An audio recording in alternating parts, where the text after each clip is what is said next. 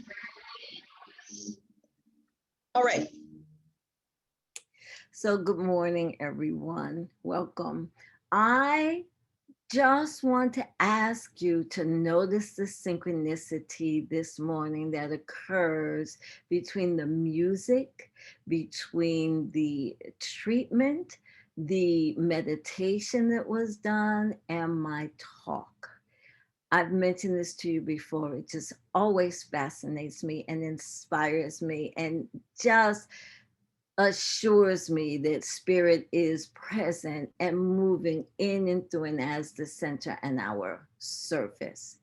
This morning, we are taking a look at chapter 21 in our Science of Mind textbook.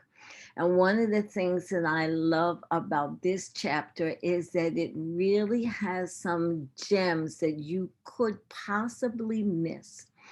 If you haven't read it and you're interested in being able to know things for yourself that you feel are beyond your scope right now, I highly recommend that you read the chapter. So the title of my talk today is Our Psychic Potential as per the Science of Mind. So we start out on page 347 with an explanation of subjective mind and objective mind. Now I'm going to interchange conscious and subconscious just because I think it's more clear, especially for people who are new to the teaching, okay? And so the textbook explains that our conscious mind, consciousness, or the objective states of consciousness is our self-knowing, our awareness of ourselves and the fact that we are alive. And the subjective or the subconscious is our individual use of consciousness.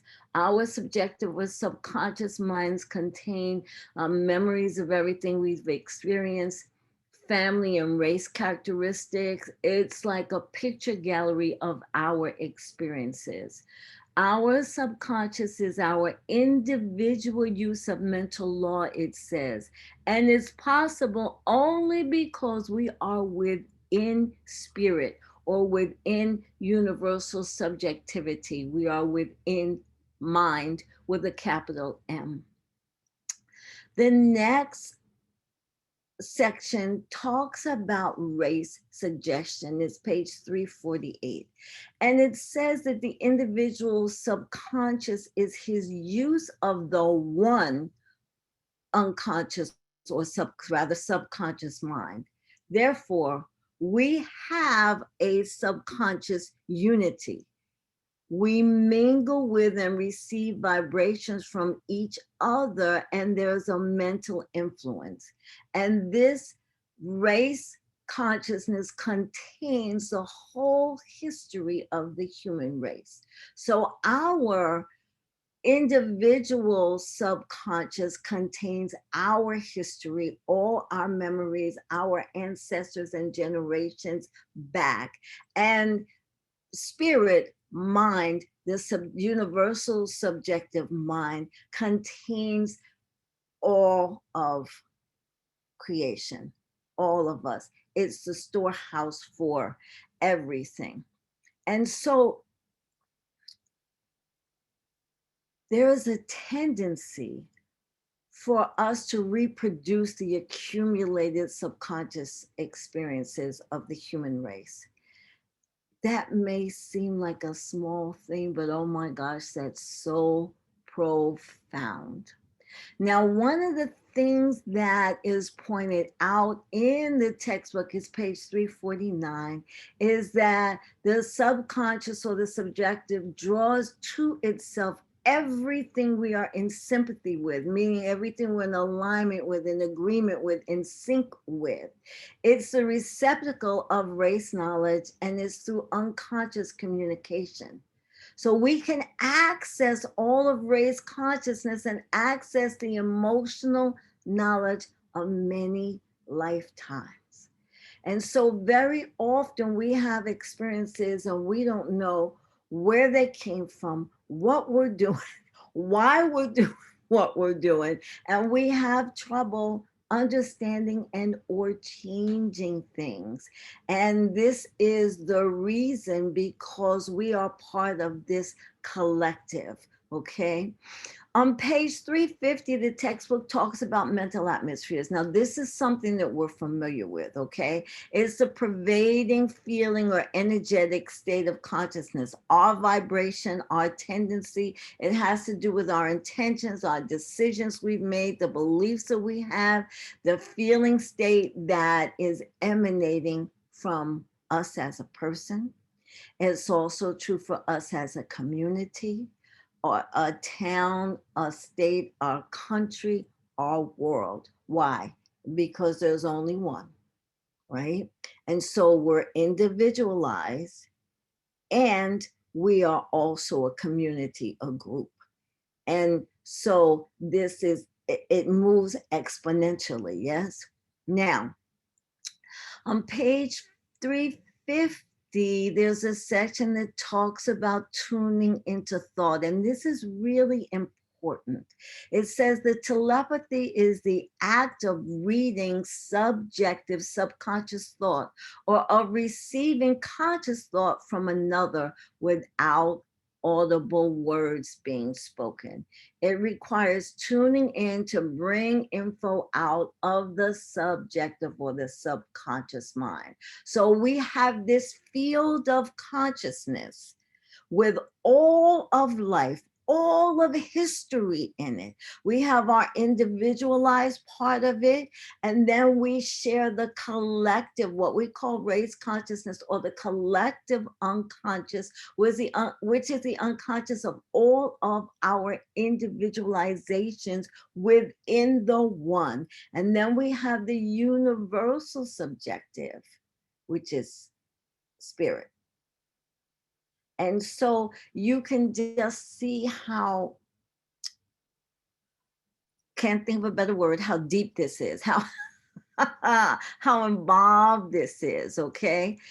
The textbook makes a huge distinction between telepathy, psychic contact from the individual subconscious, and spirit. As a matter of fact, in the previous chapter, that chapter was on the mystics and what the mystics taught. So, as we'll see going forward, the mystics are those that didn't tap into the collective unconscious of individuals, but spirit, the universal unconscious, the universal subjective. That's what mystics tap into. From the original 1927 Science of Mind textbook on page 62, it says, it is impossible perhaps to put into words or into print what a mystic sometimes sees. And it is as hard to believe it as it is to put it into words. But there is a certain inner sense which at times sees reality in a flash, which illuminates the whole being with a great flood of light. This too might seem an illusion unless the testimony were complete, for every mystic has had this experience. It is entirely possible for man to talk with spirit, for the spirit is within men, and he who made the ears can hear. I thought that was so powerful. Back to our 1938 textbook. There's a section on streams of consciousness. Now it's page 352. I'm paraphrasing this.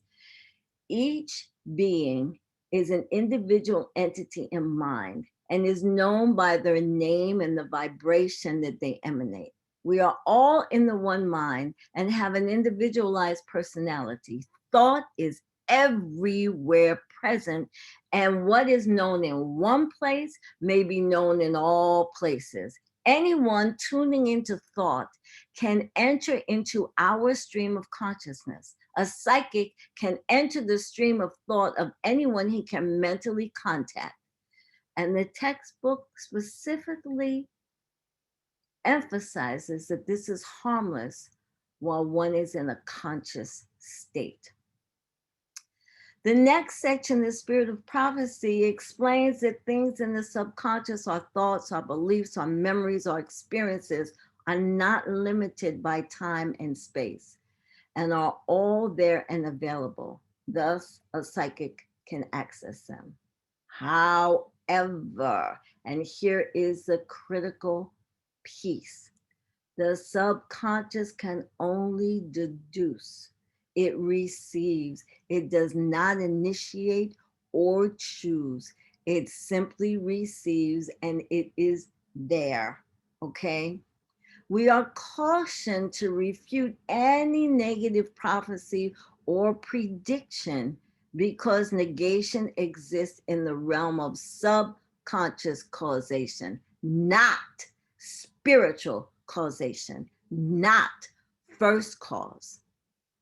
Now, depending upon your cultural background, your experiences, you will be more or less familiar with psychic or clairvoyant phenomenon. There are some cultures that are steeped in it, some not at all. Okay, so many cultures have oracles. You got the I Ching, you've got the runes, you've got Ifa, and many cultures have had human oracles.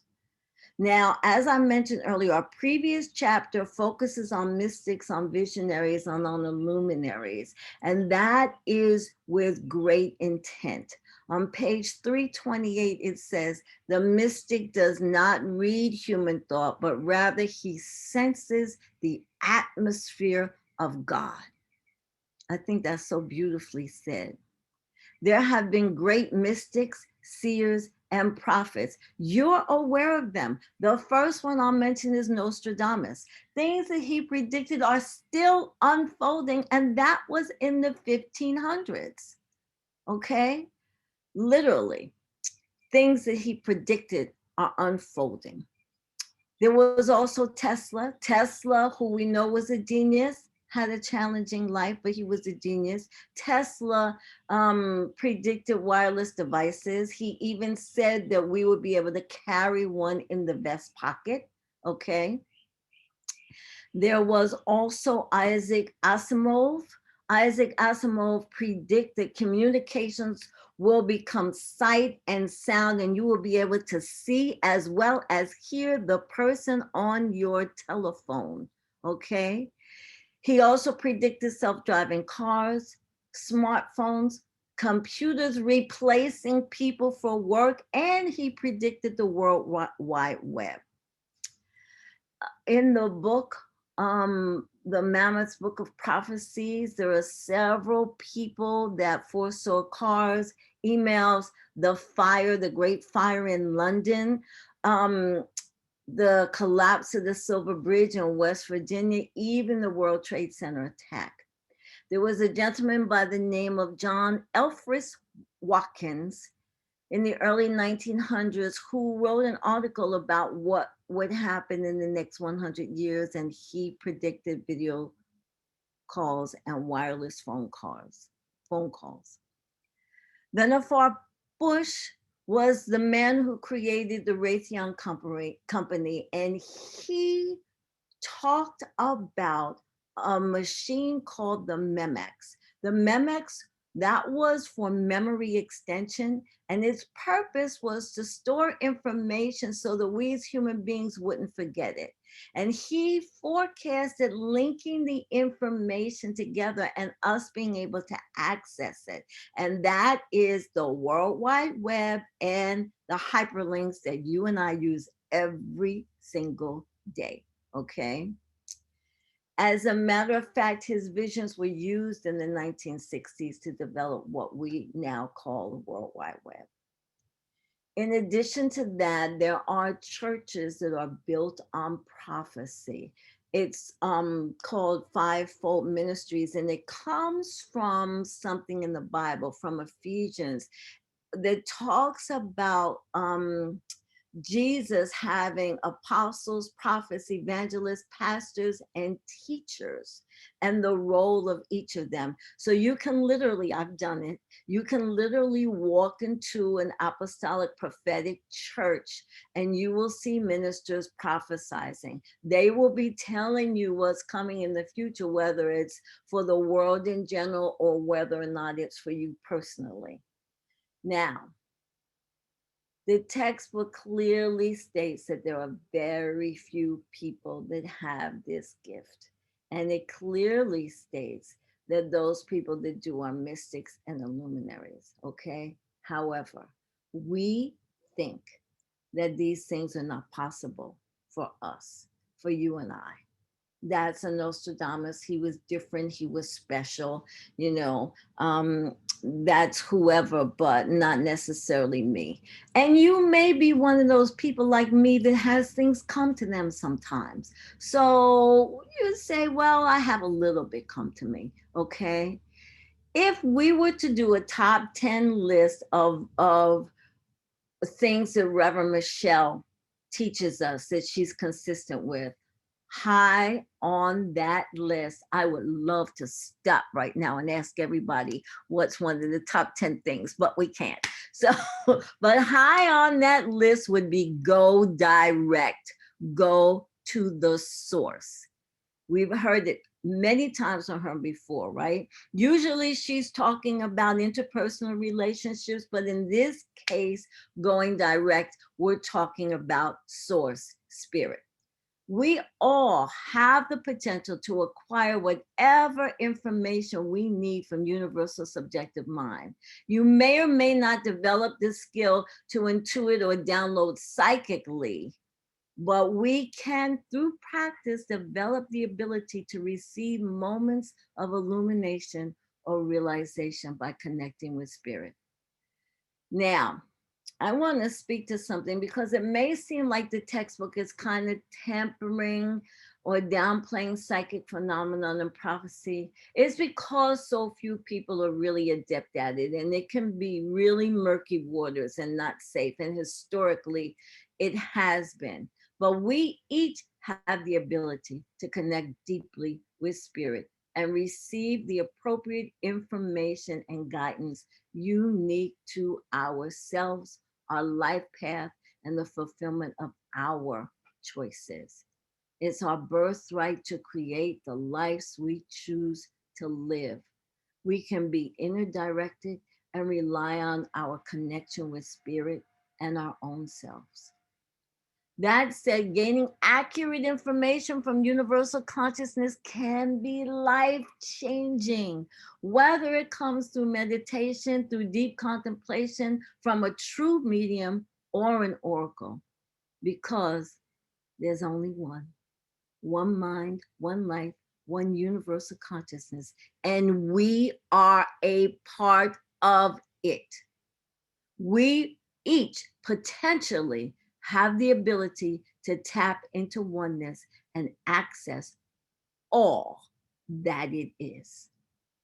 And that's what this chapter of our textbook is teaching us. It's something we've all heard before. It's exciting news if you can really take it in and understand. And of course, how do we do it? We do it through spiritual practices. The one I've had the most experience with in gaining information that I need is meditation. And so I encourage you, if you are not meditating, to learn how to meditate. If you know how to meditate, meditate more often, because at any point we can connect with spirit and receive the guidance and the information that we need. So let's take this into prayer.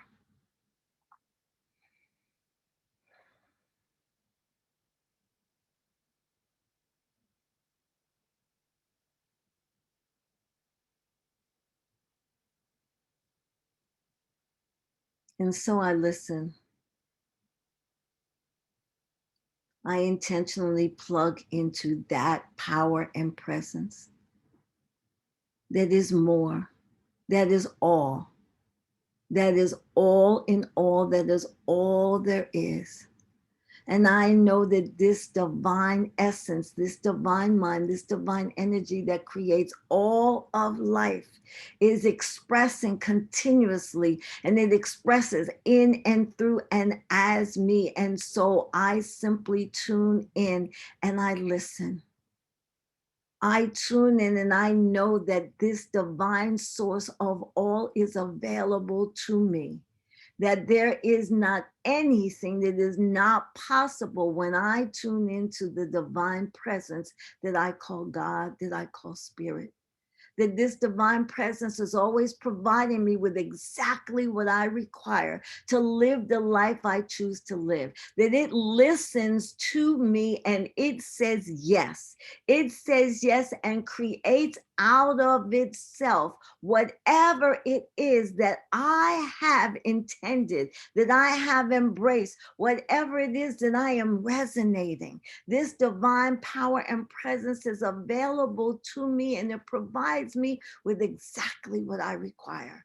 And so I affirm with this word that I have a greater clarity, that each one of us has a greater clarity of this truth this morning, that each one of us now knows that instead of being on automatic and stewing over this and accepting that problem or limitation and worrying about this or that, that each one quickly, immediately centers and opens to source, knowing that within source, within this deep divine connection, the answers are provided, the demonstrations are provided, the opportunities are provided, the realizations are provided.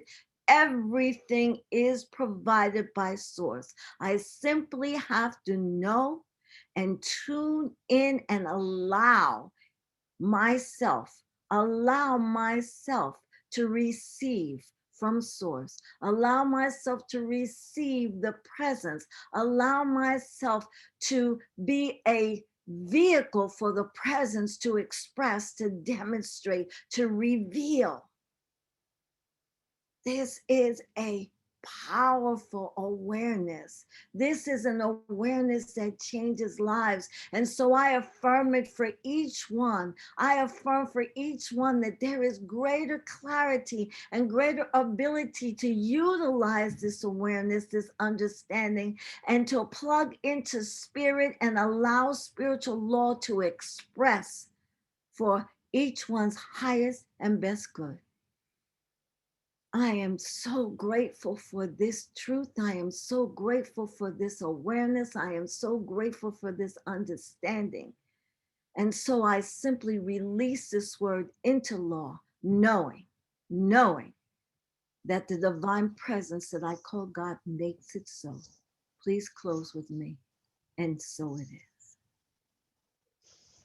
is. And so it is. Thank you so much, Tony.